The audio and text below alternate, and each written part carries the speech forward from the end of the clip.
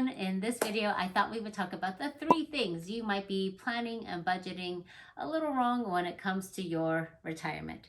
There are other little things, but I think these are the 3 biggest things.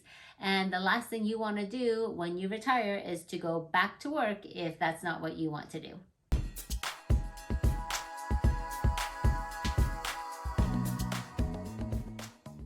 So the number 1 thing that people literally forget about when it comes to planning for retirement is taxes. They say that there's only 2 things you can guarantee in life, and that is death and taxes.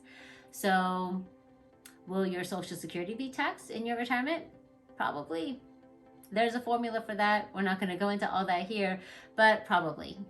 I know you're probably wondering or rolling your eyes saying, I don't even think it'll be there when I retire anyways.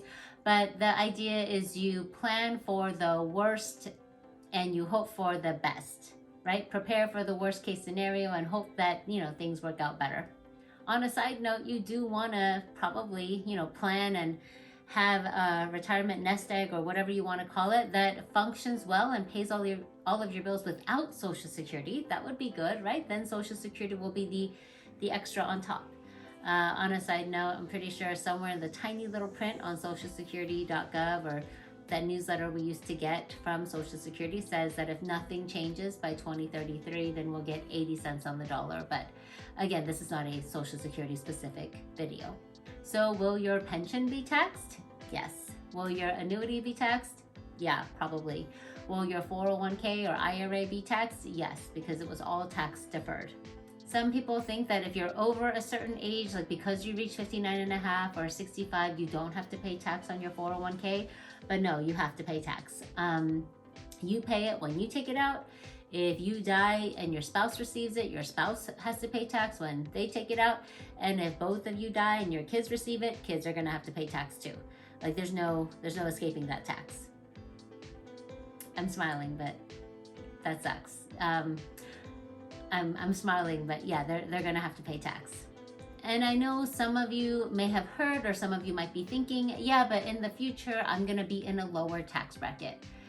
That's not necessarily true, right? And also on a side note, are you looking forward to being in a lower tax bracket? Because in theory, that means you're making less money trying to survive on less than what you're making right now. Like that doesn't sound like a positive to me. I don't know how it got spun into that, but I don't want to have failed as an adult by making less when I retire,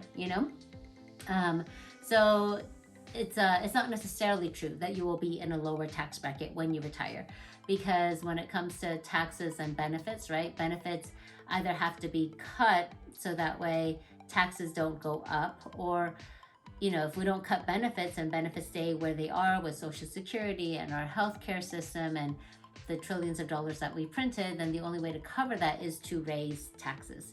So it's not necessarily true that you'll be in a lower tax bracket when you retire, only if all of that stays the same. And if you Google the history of tax rates, which I know you'd be super excited to do, you can see that it has changed and fluctuated quite a bit over time.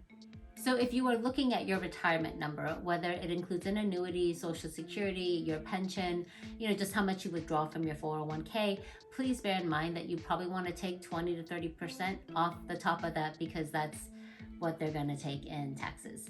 And it's better for you to overestimate and have enough that you need as opposed to underestimating and falling short every month in retirement. Number 2, miscalculation or calculating wrong in retirement would be health insurance.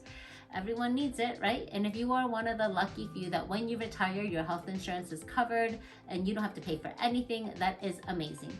But bear in mind, basically everyone's gonna have to pay for their Part B, for their Medicare, and they're gonna have to pay some version of health insurance or a Medicare supplement or get a Medicare Advantage plan. You should also think about a plan for long-term care. I'm not saying you need long-term care insurance, but that is incredibly expensive as you get older if you have parents or grandparents that have had to go through needing long-term care assistance or home health care.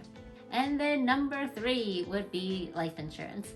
And a lot of people only have life insurance through their jobs, right? And if you've talked to your HR department and they've told you you get to keep it when you retire, that may be true, but they didn't tell you at what cost you get to keep it when you retire.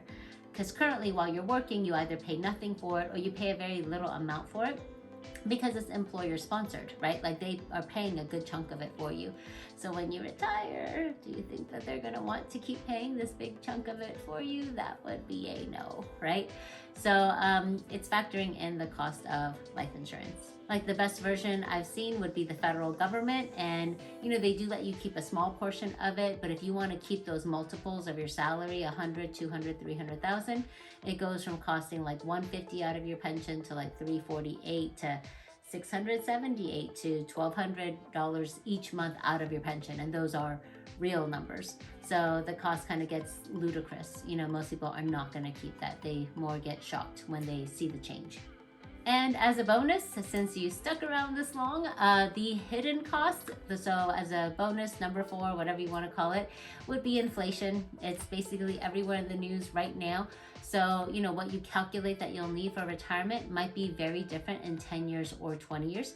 So you also want to put that into consideration. If you want any ideas or tips or different strategies to be able to handle these hidden costs, surprising miscalculations, then we're more than happy to help and have a conversation. This was not meant to be a harsh video, but this was meant to be more like if you put a good plan in place, or if you need to adjusting now would be great, because you can make small adjustments as opposed to waking up with a cold shower when you retire and realizing that you can't actually retire. I heard it a long time ago, and it was, it's okay to be old. It's okay to be broke. It's not okay to be old and broke. So I hope this video was helpful and it gave you some insight.